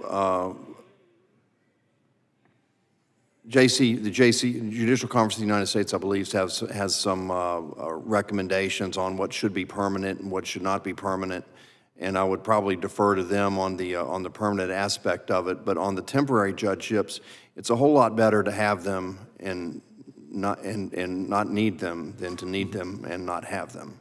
Right. So I would very much like to see the judgeships extended for that very reason. And I wanted to go over to the Congresswoman's from Vermont's comment about when when things are needed. I mean, people file bankruptcy when they're pushed. Right. During the pandemic, just following up on what Judge Harner said, there was a moratorium on foreclosures. There was a moratorium on evictions in a lot of places. The other thing that I saw in my court was medical debt. The hospitals really weren't garnishing wages, and nothing puts people into bankruptcy faster than a wage garnishment. So when we have those types of things backing off, the filings come down. But if you see things like that come back to the surface, the filings could go up, and we are in a rising filing environment right now. So yes, I would like to see those bankruptcy judgeships extended. Obviously, Congress would have to decide whether to make them permanent or not, and there are other factors that go into that I'm not qualified to speak to. Super. Thank you. Well, thank you for your input, and Mr. Chairman, I yield back. Gentleman yields back. Gentleman from Illinois is now recognized for 5 minutes. Thank you, Chairman Fitzgerald, and thanks to all the witnesses here today. Bankruptcy, as you all are aware, is a very complex area of law, and Congress should address these issues in a nuanced way that protects the rights of creditors but doesn't improperly favor them at the expense of working families, small businesses, or municipalities. And that's why I strongly support bipartisan efforts to extend the debt limits of Subchapter 5 and Chapter 13 cases, which would provide much needed relief to small businesses and working families in financial distress. It's also why I believe that excluding student loans from the bankruptcy code has unfairly benefited private student lenders and made life harder for millions of Americans, especially vulnerable borrowers like seniors, disabled veterans, and low-income individuals. And it's why I'm deeply concerned about the ongoing bankruptcy proceedings involving the Puerto Rico Electric Power Authority, known as PREPA. Throughout my time in Congress, I've advocated for the Puerto Rican people as they face a vicious cycle of corruption, mismanagement, privatization, and exploitation, and of course, a series of natural disasters. The cycle comes as Puerto Rico remains excluded from the bankruptcy code. The PREPA bankruptcy process enters now its 9th year, and the Puerto Rican people pay some of the highest electricity rates while receiving the lowest quality of service in the country. Despite the dire economic and energy situation, PREPA's creditors are trying to strip PREPA and the Puerto Rican people of resources that they don't have. Rather than accept fiscal reality and resolve the case, the creditors went to court and won a ruling giving them a claim over all of PREPA's past, present, and future net revenues. And now they want immediate payment, even though the value of their secured interest in these revenues is disputed. And even though most of the money in PREPA's bank accounts is federal grant money and creditors cannot touch. So what these creditors are really asking for PREPA to jack up electricity prices and force the people of Puerto Rico to pay these private companies. all while the island's electricity rates are over 50% higher than the national average. It continues to suffer crippling blackouts, and the median income is less than half of that in Mississippi, the poorest state in the U.S. This situation, of course, has set up a false choice between the maximum protection of private property rights and the decimation of a public good, rather than a reorganization and a fresh start. Professor Jacoby, thank you for being here today, and let me ask you first, what were the implications of excluding Puerto Rico from the bankruptcy code? And second, how could public bankruptcy law better manage cases involving public utilities and federal grant dollars? About 10 years ago, Congress had a choice to make when it realized, and everyone realized, that Puerto Rico's instrumentalities needed some sort of access to debt relief, but were excluded. The most straightforward way to have done that would have been to expand eligibility for Chapter 9, municipal bankruptcy, to instrumentalities in Puerto Rico. That would not have included some of Puerto Rico's debt, but it would include instrumentalities such as PREPA. That law is fairly expansive relative to its history, and yet it has a somewhat clearer track record and would not have involved an oversight board. So the PROMESA is a much more extensive set of rules, and this case is really the first time it's been tested using all of the different components of Puerto Rico's debt. Thank you for that. This should not be a Democratic issue or a Republican issue. We should all stand with Puerto Rican people and urge a fair and speedy resolution to the PREPA bankruptcy that does not require them to pay even higher electricity rates than they pay already. Thank you, and I yield back, Mr. Chairman. Gentleman yields back. Ranking Member Nadler is recognized for a UC request. Thank you. I ask unanimous consent to enter into the record a statement from the Community Service Society of New York, which calls for an end to the double standard in bankruptcy law that makes student loans, both federal and private, functionally non-dischargeable. Without objection, I'd also ask unanimous consent that the following statements be entered in the record. Statement from the Commercial Law League of America, statement from the Defense Credit Union Council, statement from Public Citizen, and letter from the National Association of Insurance Commissioners dated July 15, 2025. Also a letter from the National Association of Chapter 13 Trustees dated July 14, 2025. We will now recognize the gentlewoman from California for 5 minutes. Thank you, Mr. Chairman, and thanks for this hearing. I was reminded that I first worked on bankruptcy legislation in this committee room in 1974 when I was a staffer, and that effort was arduous and very bipartisan. And I think bankruptcy law is one of those areas that does benefit from bipartisan efforts, and I'm encouraged that we are looking at some bipartisan efforts to make some tweaks to this bill. Based on all of your testimony and your comments, it seems to me that there is consensus on the cap on Chapter 13, and I'm hopeful that we can address that in a bipartisan way. It will help our constituents across the United States, and I think the members of the committee have made that clear. I want to address, another issue.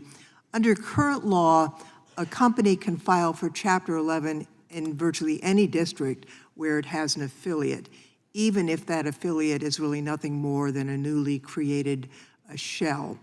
If you take a look at the Purdue Pharma case, the company behind the opioid crisis, it was able to steer its bankruptcy case into a friendlier court in White Plains, New York, simply by changing the mailing address of a subsidiary without moving any real operations to game the system.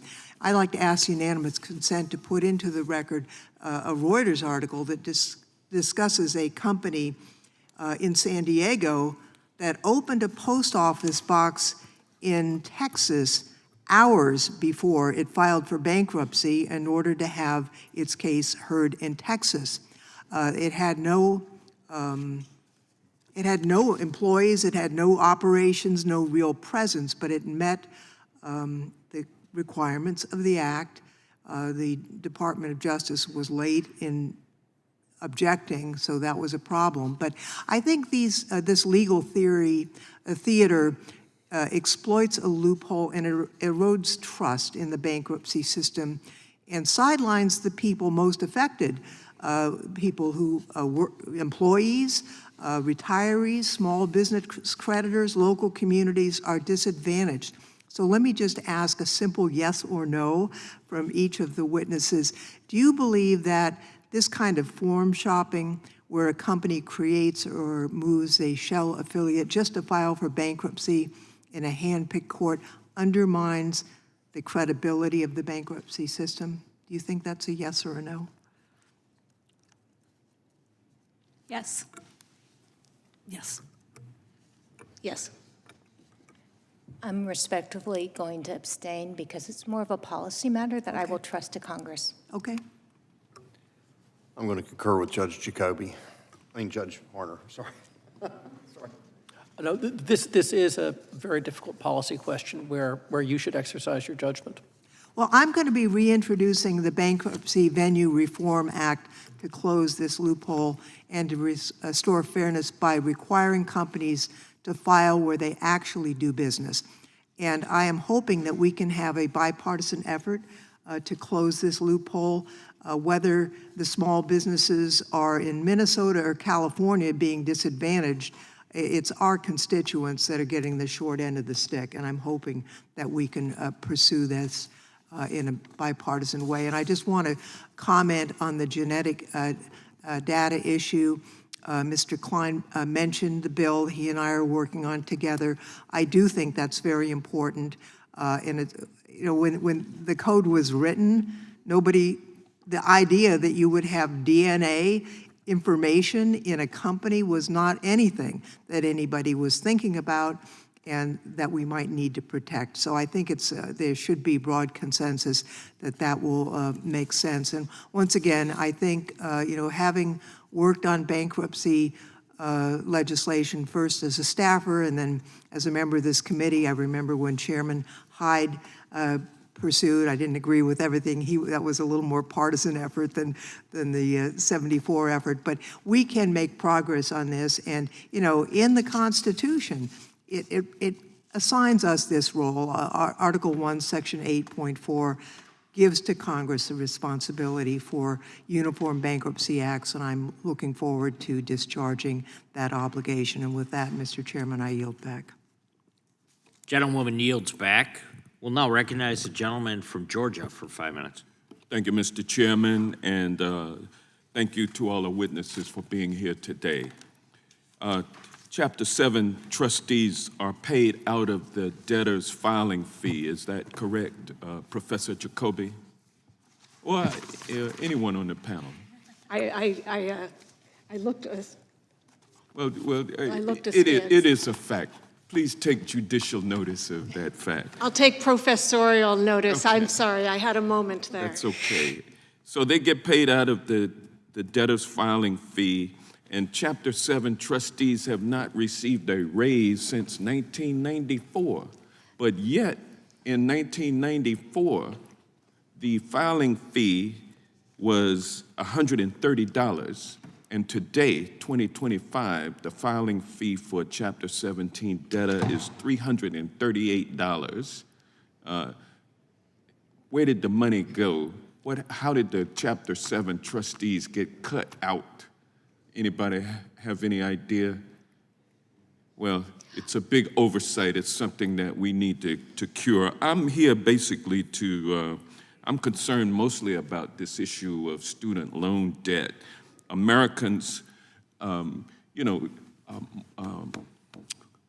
Gaye wrote this song, Trouble Man, and he said there's 3 things that's for sure: taxes, death, and trouble.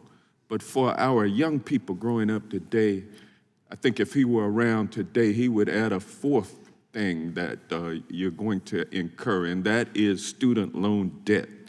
And it is non-dischargeable, and we have Americans holding about $1.8 trillion in student loan debt. That is half, almost half, of the debt that was added to the federal debt by Republicans when they passed this big, ugly bill. So $4 trillion in debt, but we got Americans, that $4 trillion is for the entire nation. The 1.7 trillion is just for a select number of individuals who can't get out from under that crushing debt. The fact that the student loan debt is non-dischargeable in bankruptcy leaves people more vulnerable to other kinds of debt, like medical expenses, and it makes it more difficult for them to buy a home or a car or even start a family. Professor Jacoby, it's true that prior to 1976, all student loans were dischargeable through bankruptcy, just like any other type of debt, correct? Correct. And thereafter, the law was changed so as to allow student loan debt to be dischargeable if the debtor bears the expense of commencing an adversary proceeding with a Chapter 7 or 13 case within a 7 or 13, and bear the burden of proving undue hardship, correct? Correct. And originally, there were other paths to getting relief in addition to bringing that lawsuit. Judge Harner, I believe you answered the question earlier about the number of times you have actually granted a hardship discharge in a 7 or 13 case. And Judge Black, same situation with you? Yes, sir. And the 67-year-old woman who did get a partial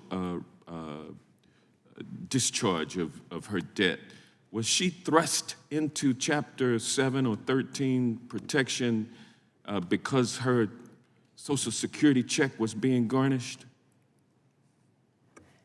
So, Representative, that's a great question, and I honestly don't recall that particular fact. Well, it was probably due to some collection activity that forced her into bankruptcy. That's a shame that a 67-year-old woman maybe went to Trump University, I don't know, $500,000 in debt, student loan debt, that's a lot of money.